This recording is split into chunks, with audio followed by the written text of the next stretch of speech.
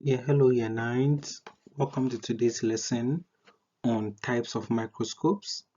Please pause the video and complete the do now. Kindly push yourself with the challenge question.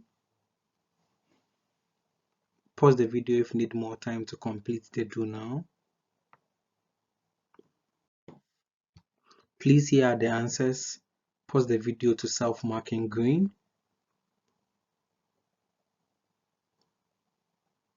Here's the challenge question. Please pause the video to mark in green.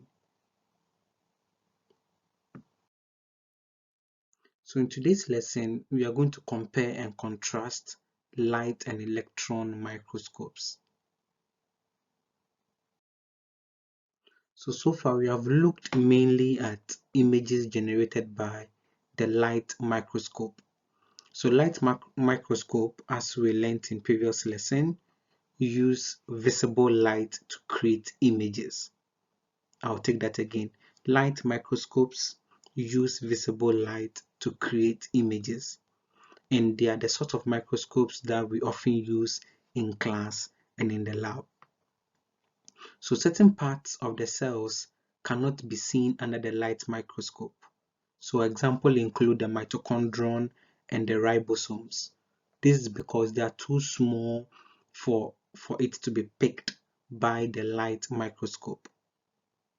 So because they are very small, there's another type of microscope that can, however, pick up images of these organelles.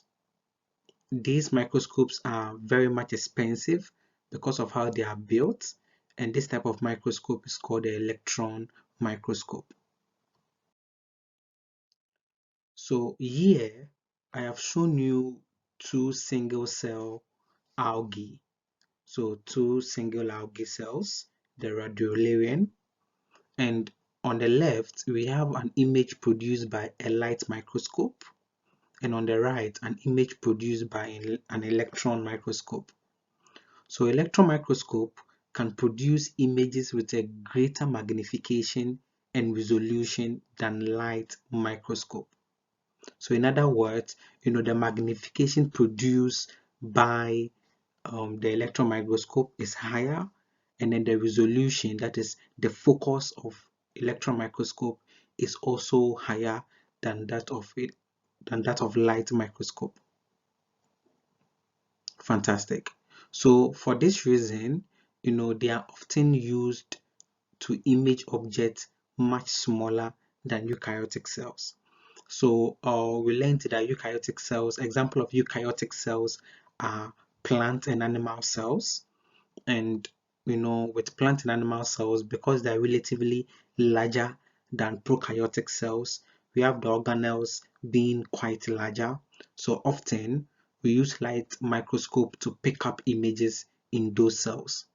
So however, with bacteria is relatively very small in comparison to plant and animal cell, and so often its parts cannot be picked by a light microscope.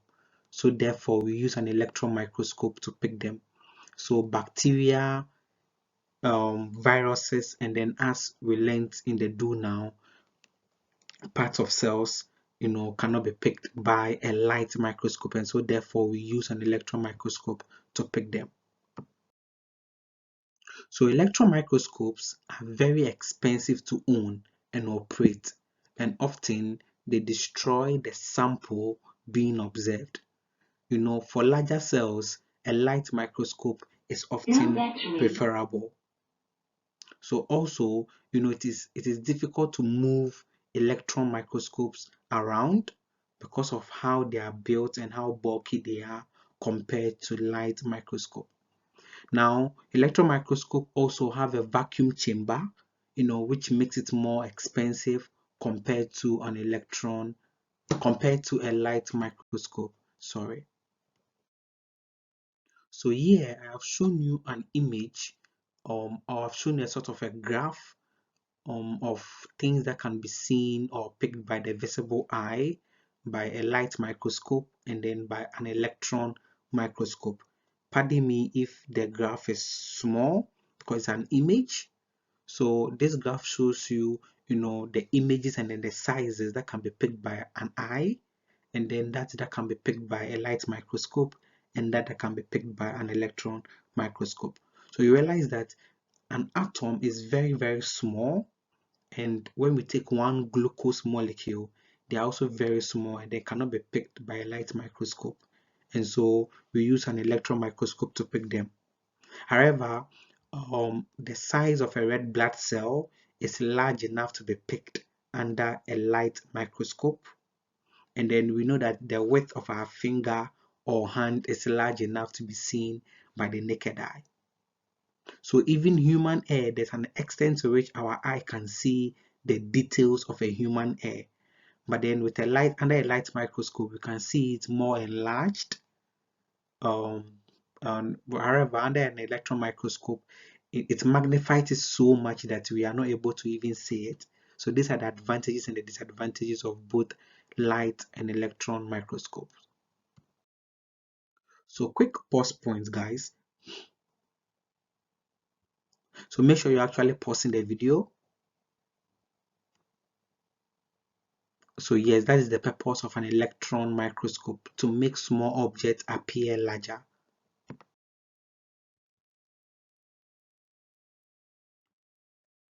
Of course, an electron microscope has a higher resolution.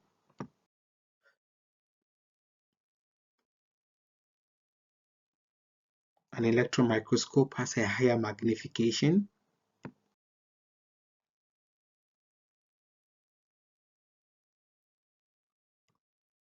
So a light microscope produces colored images. Often an electron microscope produces black and white images. So this is a lengthy key knowledge. Kindly pause the video and copy out the key knowledge. Please spend at most 4 minutes on this. When you are done, please do look over right check for an extra 2 minutes, spending a total of 6 minutes on this. And you can now check your answer to see how right you are. So for our application task, we are asked to read the text below and complete the table. You have to read the text below and complete the table. So I'm going to do the first part for you whilst you use the text or the information in the text to complete the rest of the table. All right, so we've been asked for the magnification of the light microscope and then the electron microscope, and then from the information on the previous slide, the magnification of a light microscope is 1500, and then that of electron microscope is 500,000. Now as a redo, we are to find the resolution of the light microscope and then the electron microscope.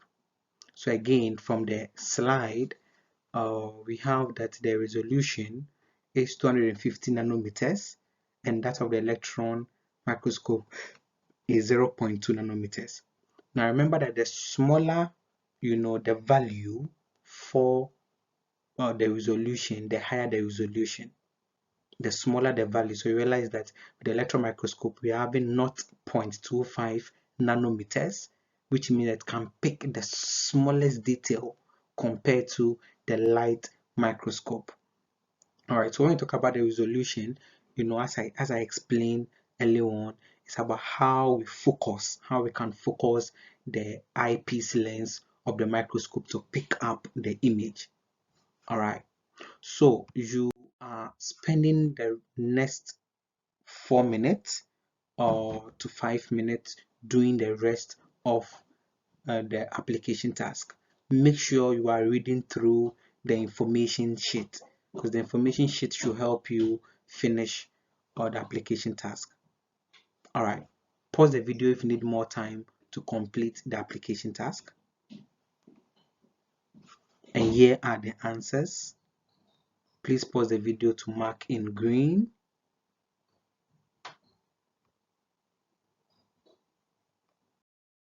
Fantastic. All right, so we have an 8-mark question, and then in this question, we want to study the subcellular structures of a plant cell. So how or what does it mean to have a great answer? So we need to describe the advantages and disadvantages of using a light microscope. We need to describe the advantages and disadvantages of using an electron microscope. And then we need to decide with a reason which one you choose to use.